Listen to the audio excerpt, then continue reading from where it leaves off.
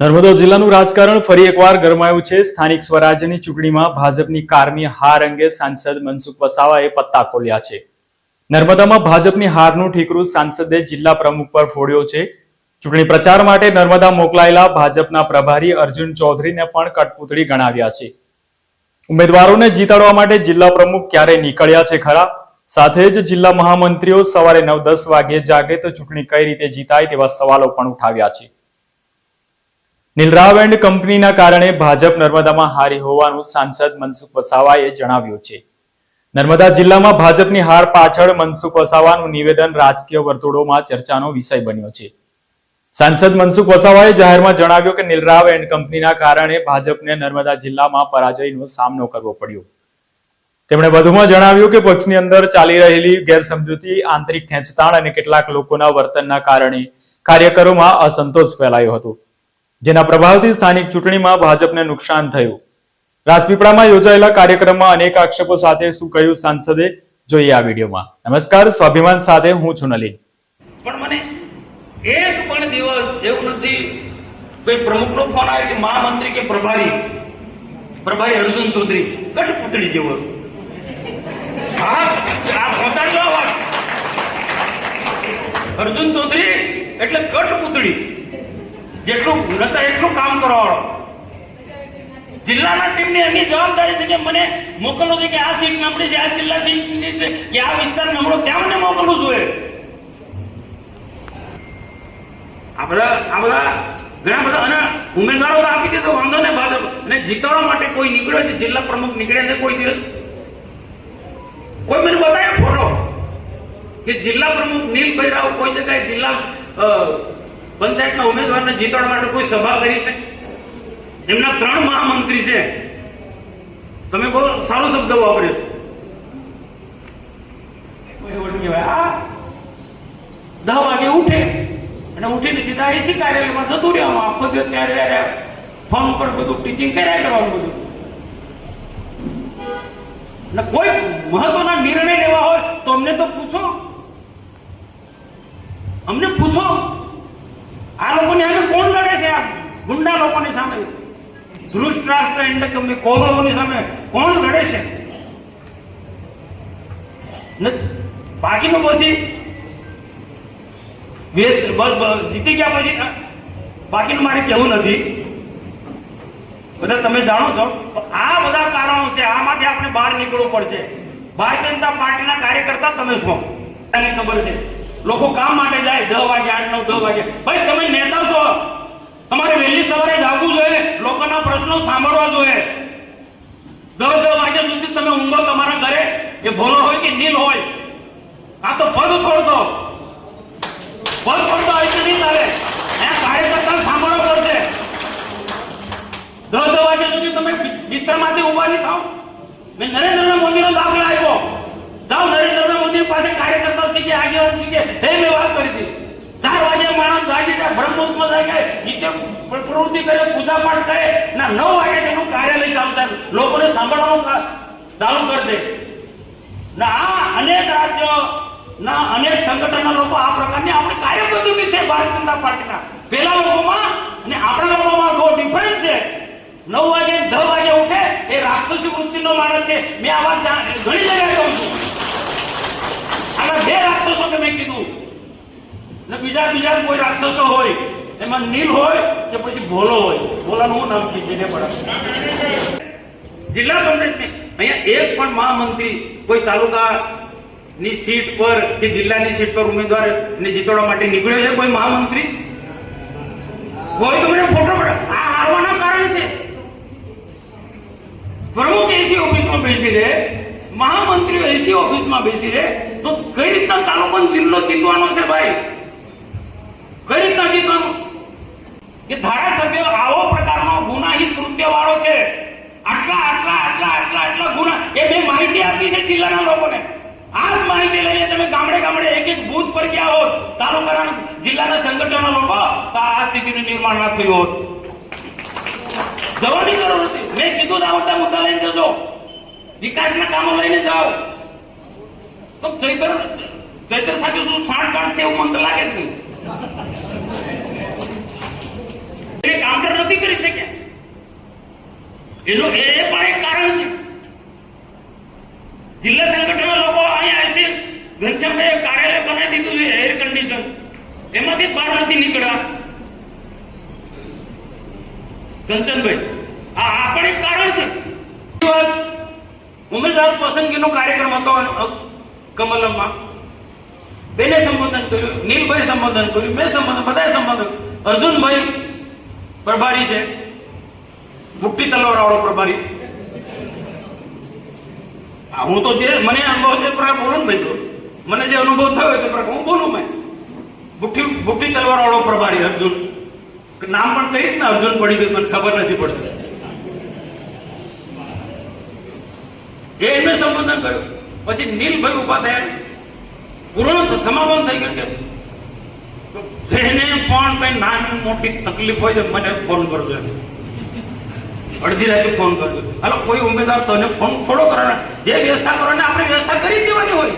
મેં તરત જ મેં અર્જુનભાઈને ત્યાં બેઠા હતા બેઠે બધાને કે આપણે એન્ટી કેબિનમાં બેસે, જે પણ વ્યવસ્થા કરવાની હોય તે કહે. એટલે મેં એ જ વાત કહી હતી ને, એ જ વાત કહી કે ભાઈ આપણી પાસે પૈસા ના આવ્યા હોય તો ઘનશ્યામભાઈ પાછલા વર્ષમાં ઘનશ્યામ દેસાઈ જાડેજા જે કામ કરતા હતા એ બી મિટિંગમાં હતા. એ રીતના વ્યવસ્થા આ જ મેં વાત કરી હતી. અને ઉમેદવારો નક્કી થઈ ગયા છે પ્રચારમાં, સામેના આક્રમક તૂટી પડ્યા છે. આપણો ઉમેદવાર નથી નીકળતો પૈસાના કારણે. જે પણ વ્યવસ્થા થાય ગમે તેમ કરીને એને પૈસા આપો. આ લડાઈ કોના લીધે લડ્યો? પાર્ટીના ઉમેદવારોના લીધે લડ્યો. તાલુકાના ઉમેદવાર કે જિલ્લાના ઉમેદવારો. બીજું કશું નથી કે આ જ વાત થઈ, વાર્તાલાપ થઈ. આદિવાસીમાં બંને આદિવાસી બહેનો મારા બહેનો છે, પણ સમાજ ની અંદર આની જે અસર થઈ છે બહુ ગજબની, ભયંકર, જે સોશિયલ મીડિયામાં ચાલ્યું છે. પાછળ બધી વાતો કરે છે, મનસુખભાઈ બધી વાતો કરે છે. મારા બે આદિવાસી બહેનો ખરી પણ નોન આદિવાસીને પરણેલી છે. એની સાથે જિલ્લાના પ્રમુખને પણ જોડી દીધું. ખ્યાલ આવ્યો કે નથી ભાઈ? તમે જાતિ અંગેના ખોટા પ્રમાણપત્ર માટે લડો છો. જાતિ અંગેના ખોટા આદિવાસીના ખોટા પ્રમાણ માટે તમે લડો છો, પણ તમે તો તમે આને પ્રોત્સાહન આપો છો. તમે આને પ્રોત્સાહન આપો છો. અહીંયા એ સ્થિતિ છે તળી વિસ્તારની અંદર, ગરડેશ્વર વિસ્તારની અંદર. મેં કીધું ભલે તમે સ્વીકારો તો નહીં સ્વીકારો, પણ કંચનભાઈ આપણે વર્ષોથી કામ કરતા હશે, દિનેશભાઈ આપણે વર્ષોથી ક્યાં નાના તળીનું મોટા તળીનું ફેક્ટર છે કે નહીં, ને ભીલ સમાજનું ફેક્ટર છે કે નહીં, નવરભાઈ છે કે નહીં, એ નથી સેટિંગ કરી શક્યા. એમને બુદ્ધિ જ નથી, કઈ અક્કલ જ નહોતી કે કઈ સીટ પર ભીલ સમાજમાં ચાલે, કઈ સીટ પર નાના તળી ચાલે, કઈ સીટ પર મોટો તળી ચાલે, તાલુકા જિલ્લો. અને આપણે મેં કીધું છે, મેં એમને કીધું છે આ સીટ પર આ ચાલે, આ સીટ પર આ સમાજ ચાલે, આ સીટ પર આ કે ના ના ના ના.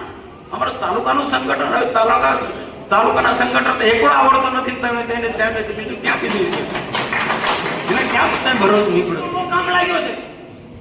આ મુદ્દો બહુ જોરશોરમાં જે વરસાય છે ભાષણમાં બોલવી, આ મુદ્દો ત્યાં બહુ આવ્યો છે. ને એવી રીતના કે મનસુખભાઈનું અપમાન, સાહેબના સાંસદનું અપમાન, આદિવાસીનું અપમાન, અપમાન અપમાન અપમાન આ જ ભાષણમાં ચલાવ્યું. સોશિયલ મીડિયામાં આખો જે મૂક્યો છે મુદ્દો, આ બધા મુદ્દાને જિલ્લાએ કાઉન્ટર કરવા જોઈએ, એ કાઉન્ટર નથી કર્યા. જિલ્લાએ જે કાઉન્ટર કરવા જોઈએ એ નથી કર્યા. ચૂંટણી પ્રચારની જે વ્યવસ્થા તંત્ર જે રીતના જે ગોઠવવું જોઈએ એ રીતના ગોઠવાઈ નથી. આડે ધડ આ મહામંત્રી ભોલાભાઈ ડેડિયાપાડામાં ઘરની બહાર નથી નીકળ્યા. દિવસે એસી ચાલુ કરે અને ખાય અને 2-4-5 લોકો સાથે બેસી ને ચૂંટણીનું કામ દેખે. આવી રીતના ચૂંટણી જીતાય ભાઈ? મારે તો સારો સંબંધ છે, આ તો કેવું પડે ને. આપણે આળસમાં રહે, નામના ભરોસે રહે તો શું થાય? શું થાય? આમના ભરોસે રહે, નીલેન્ડ કંપનીના ભરોસે રહે તો શું થાય? વિધાનસભામાં જાય તો એમના ભરોસે નથી રહેવાનું. આપણે ભારતીય જનતા પાર્ટીના વિચારધારાના વળેલા કાર્યકર્તા છે. 2 વર્ષ સુધી એવી મહેનત કરો જે પહેલા પાછલા 20-25 વર્ષમાં આપણે જે મહેનત કરતા હતા ને ઋષિભાઈ, તમે વડીલો છો, દિનેશભાઈ તમે નીકળી પડો, કોઈ કે નાખો, હર્ષભાઈ તમે કોઈ કે નાખે, પ્રકાશભાઈ કોઈ કે નાખે, નીકળી પડો. એવું નથી કે આપણી પાસે કોઈ ટીમ નથી. એટલે એમને મેસેજ આપો કે તમે કામ કરવામાં સક્ષમ ના હોય તો નીકળી જાઓ, અમારી પાસે બહુ જૂના લોકો, અશોકભાઈ જેવા લોકો કામ કરવા સક્ષમ છે. અને પ્રદેશમાં કહીશું અમે ભાઈ આ લોકો નિષ્ફળ ગયેલા લોકો જેને કામ કરવા સક્ષમ મોડે ઉઠે છે, રાક્ષસી વૃત્તિના માણસો. આ તો નવાને ચાન્સ આપ્યો છે. ભાઈ એ નવા લોકો ફેલ ગયા, તાલુકાનો હોય કે જિલ્લાનો હોય, ક્યાં કોને ટિકિટ આપવી, તાલુકામાં, જિલ્લામાં, એ જ એમને ખબર નથી. એમને ખબર નથી. આવા નોલેજ વગરના લોકો બેસી ગયા છે. એટલે આવું જ પરિણામ આવે ને. આ સૂચના એમને સુધી આપજો. એમને કાં તો પ્રદેશમાં પણ આપણે કેવું પડે બેન, ભાઈ જાડેજા બાપુ, માજી પ્રમુખો, એ લોકોનું કેવું પડે, પ્રકાશભાઈ કેવું પડે એમને કે તમે જો કામ કરવાના સક્ષમ ના હોય તો પદ છોડ દો ને નવા લોકોને ચાન્સ આપો.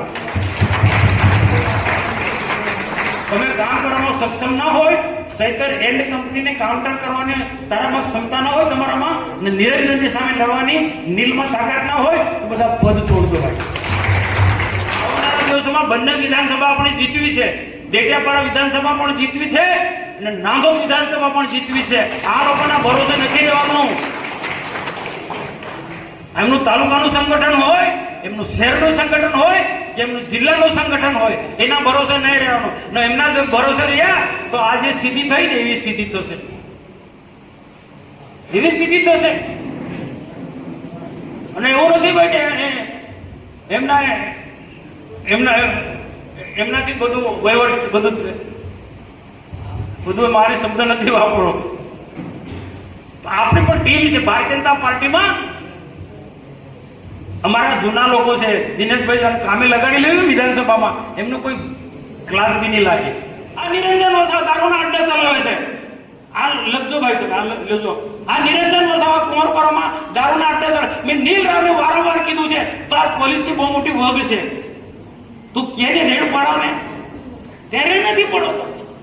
કેમ ભાઈ? એનું પણ કારણ તપાસ કરવા જેવું છે. કે પછી એમને કોઈ સપ્લાય કરનારા ના તાર અડેલા છે બધા. આ એ બી હોઈ શકે ભાઈ. આ અડ્ડાવાળાનો બધું સપ્લાય કોણ કરે છે એ બી કઈ થશે ને. આ બધા તમારે જાણવું જરૂર છે. મને તો ખબર છે દારૂ જુગારના અડ્ડા ચલાવનાર લોકોએ બેફામ આપણા વિરુદ્ધમાં કામ કર્યું છે. આખા જિલ્લાની અંદર દારૂ જુગારના અડ્ડા ચલાવનારા લોકોએ બેફામ આપણા વિરુદ્ધમાં કામ કર્યું છે, ભાજપ વિરુદ્ધમાં કામ કર્યું છે. જાઓ ભરૂચ વિસ્તારની અંદર કોઈ પણ અડ્ડાવાળો, દારૂ જુગારનો અડ્ડાવાળો કોઈ હિંમત તો કરે કે ભાજપનું કામ વિરુદ્ધમાં કામ કરે હોય. તપાસ કરો. આનું નામ ના આપણા લોકોએ શું વિરોધમાં કર્યું, શું સોશિયલ મીડિયામાં જવાબ આપ્યો છે નીલેન્ડ કંપનીએ સંજયને બચાવવા માટે. ખોટો પ્રચાર, અપપ્રચાર, વર્ષા જેવાના જે ભાષણો એ ચલાવ્યા, એને કાઉન્ટર જિલ્લાએ કરવું જોઈએ. સોશિયલ મીડિયામાં મારું સોશિયલ મીડિયાનો અહીંયા કાર્યાલયમાં ચાલતો તે બંધ કરી દીધું. તે બી બંધ કરી દીધું. હા, એવો બંધ કરી દીધું નીલ રાવે. એની માનસિકતા તો જુઓ તમે.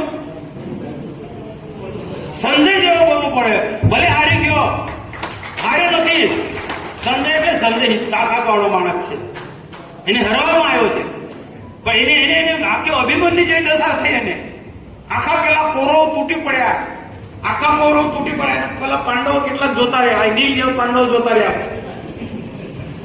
અરે બોલો, એસી ઘરમાંથી નીકળ્યા નથી. એને જીતવા માટે નીકળવું તો હતું ભાઈ, સંજયને જીતવા માટે. વિધાનસભામાં હારી ગયું. હવે પછી લડશે તે ક્યાંક દશા થવાની. કોણ નીકળવાનું તારા માટે? બાપુ હું ખોટું કહું છું? તમે 80 ઘરની અંદર નીકળતા નથી. તમારો સમય આવશે ત્યારે તમને કોણ જીતવા માટે નીકળવાનું છે? આ નીકળવાનો છે સંજય. હું શંકરભાઈને અભિનંદન આપું. એટલો લડ્યો છે સંજયની હાથે. અને જે વ્યૂહરચના કરી છે તમે સોશિયલ મીડિયામાં તમે જુઓ. મારાથી બોલાય. આમ તો ઘણા બધા મુદ્દા છે પણ બાકીનો બધા લોકોએ કીધું, તમારા સૂત્રોને તમે કીધા છે, બધું ધ્યાનમાં રાખીશું. આ મીટિંગ એમને નીચે પાડવા માટે કે એમને ખોટી રીતના ચિતરવા માટે મીટિંગ નથી. જે સત્ય વાત છે તમને વાકેફ કર્યા છે અને જિલ્લામાં આ ખોટા લોકો ઘૂસી ગયા છે. જુઠ્ઠું બોલી ને ખોટો અપપ્રચાર કરીને આજે ઘૂસી ગયા છે. એ લોકોને ભવિષ્યમાં આના કરતા વધુ હાવી ના થાય. આવનારી વિધાનસભા 2 વર્ષમાં આ 2 વર્ષ કેમ કરી નીકળી જશે કોઈ ખબર નથી. તાલુકા પંચાયત ભલે એમનો બન્યો હોય તો બધી જગ્યાએ પણ જિલ્લા પંચાયત ભલે એમની બને હશે પણ કોઈ ચિંતા કરવાની જરૂર, અમે બેઠા છીએ, અમે બેન બેઠા છીએ, જિલ્લાની મિટિંગમાં આવીને પહોંચી વળીશું.